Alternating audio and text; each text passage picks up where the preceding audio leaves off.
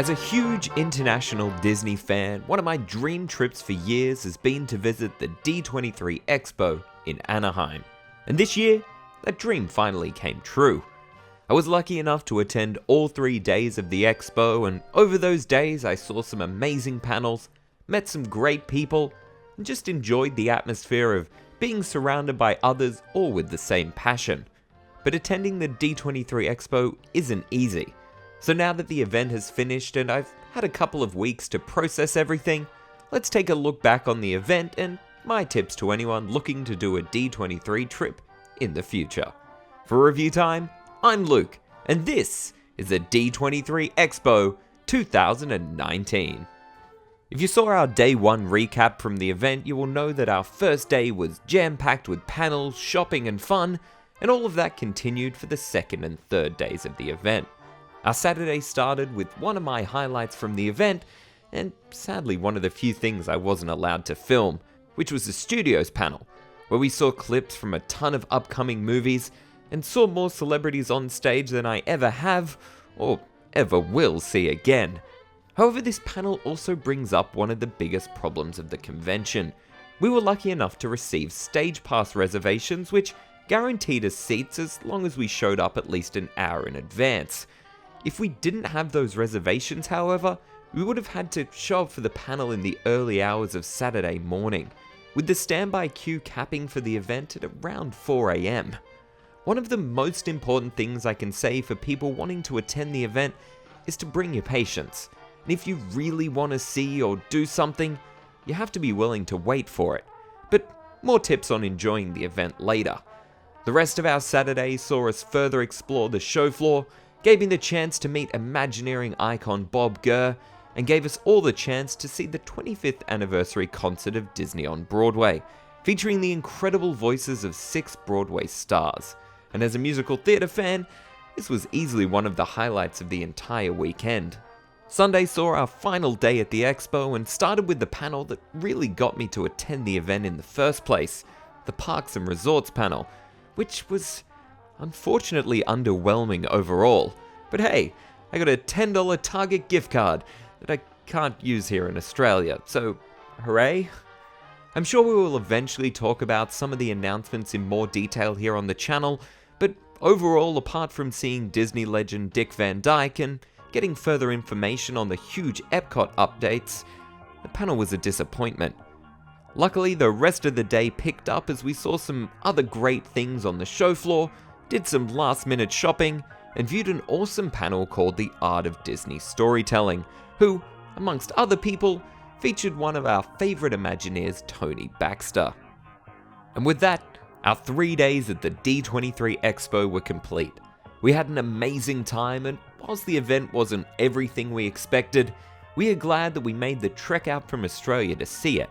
Our highlights from the event have to be the aforementioned panels, as well as the Parks and Resorts booth, the ability to meet some truly great Disney legends, and just to be in a place with thousands of other people who all share the same passions in life. Every other attendee we met throughout the weekend was incredibly friendly, both fellow first-timers as well as seasoned professionals. So whilst the next expo isn't until 2021, it's never too soon to start thinking about planning your trip. So here are some things to remember if you're thinking of visiting the D23 Expo in 2021 and beyond. The biggest tip we can give you is to set your expectations realistically. Try to plan 1 or 2 major things in a day you really want to do, and if you can get those things done, you might need to see the day as a success. We were lucky enough to get stage pass reservations to most of the panels we wanted to attend, but without that, you could easily have spent half of the event lining up for things, with even stores often hitting waits of multiple hours just so you can spend money.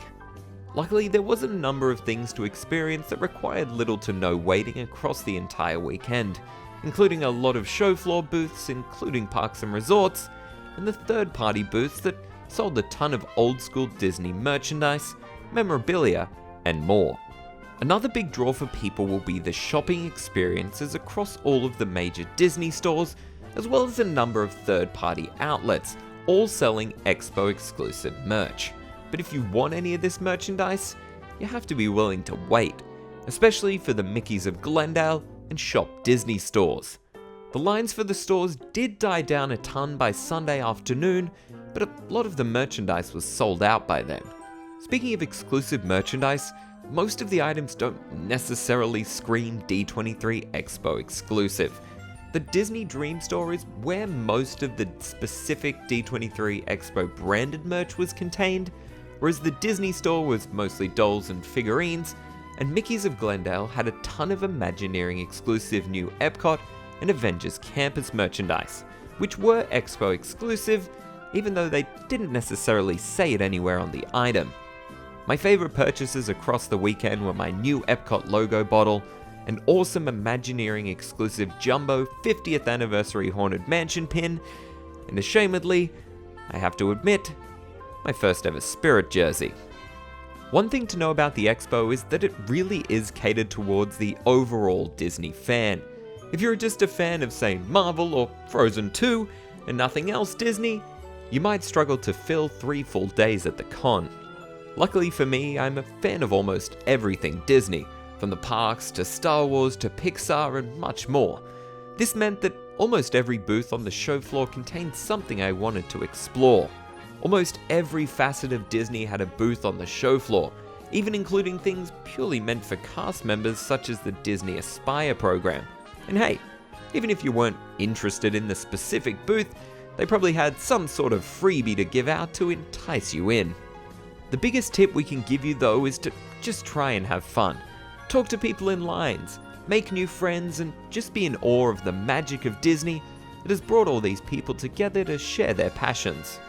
And make sure you leave time before or after the expo to visit the Disneyland Resort, right across the road from the convention center.